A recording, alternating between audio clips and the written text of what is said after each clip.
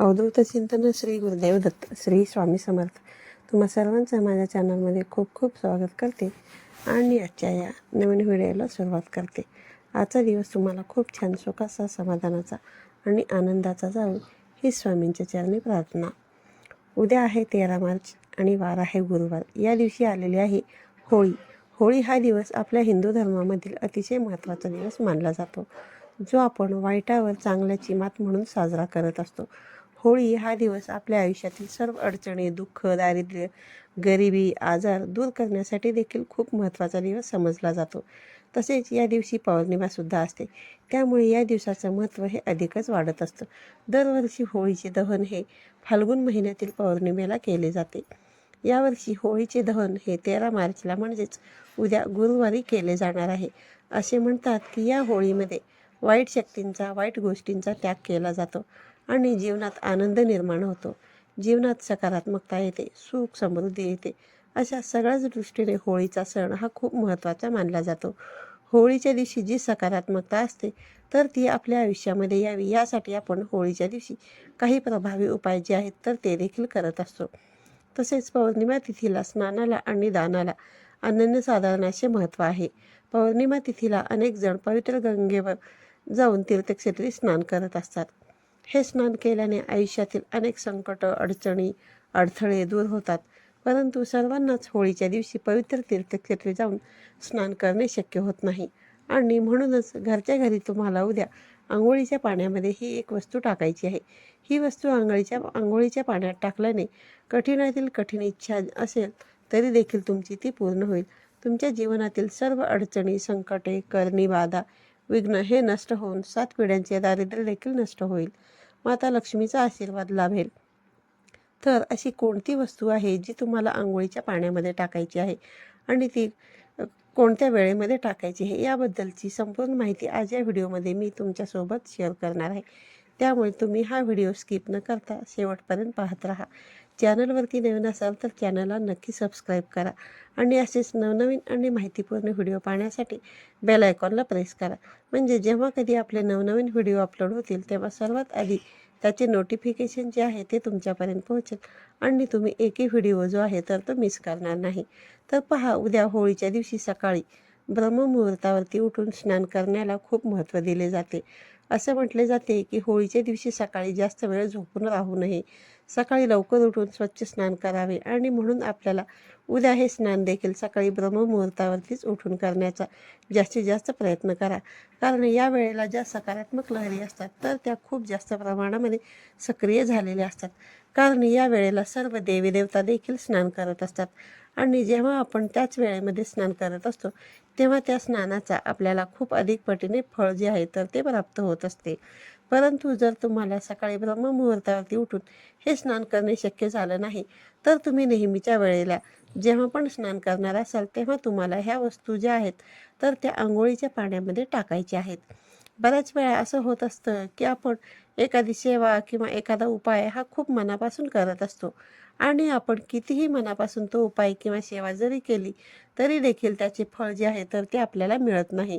किंवा आपलं एखादं खूप महत्त्वाचं काम आहे, अगदी 100% आपण ते काम करण्यासाठी देत असतो, परंतु तरीही त्या कामामध्ये आपल्याला यश प्राप्त होत नाही.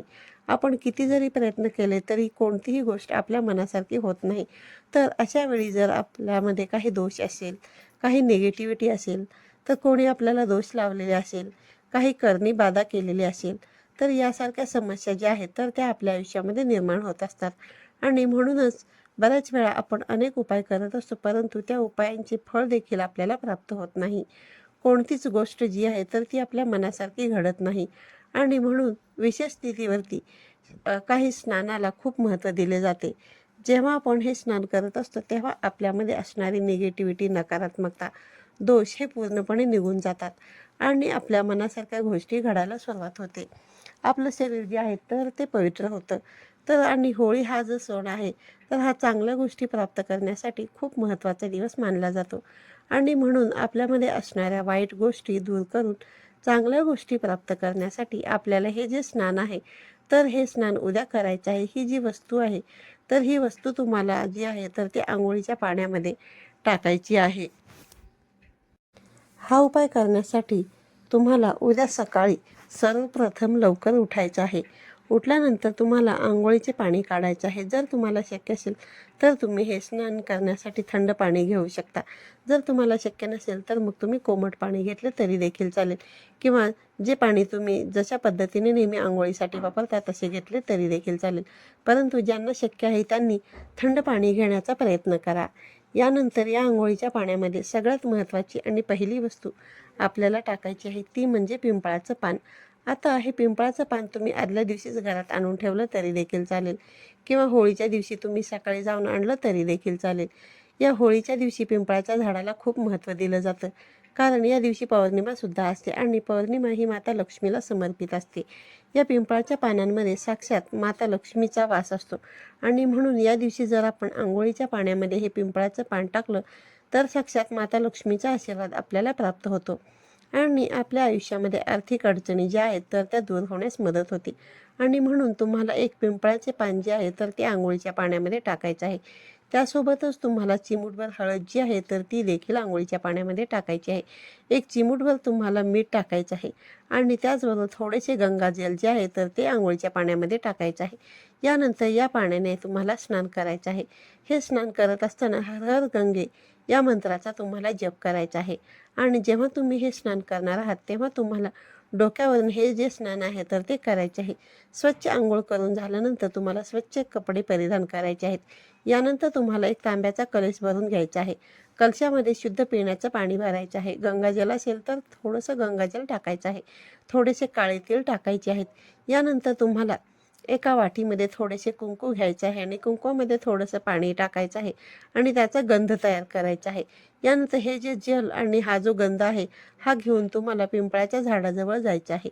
तिथे गेल्यानंतर सर्वप्रथम तुम्हाला 2 अगरबत्त्या प्रज्वलित करायचे आहेत. 2 अगरबत्ती त्या झाडाखाली तुम्हाला लावायचे आहेत.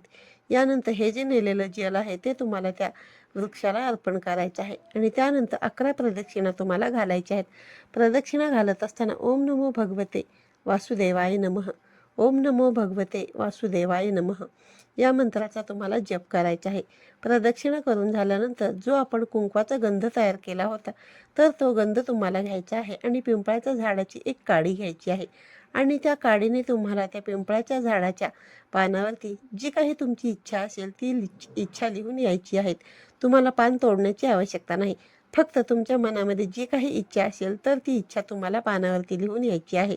जसे की धनप्राप्ती असेल, नोकरी प्राप्तीसाठी असेल, मुलांची प्रगती असेल किंवा तुमची इतर कुठली एखादी इच्छा असेल, समजा घर घेण्याबद्दल असेल, गाडी घेण्याबद्दल असेल, जी काही तुमची इच्छा असेल तर ती इच्छा तुम्हाला त्या पानावरती लिहायची आहे.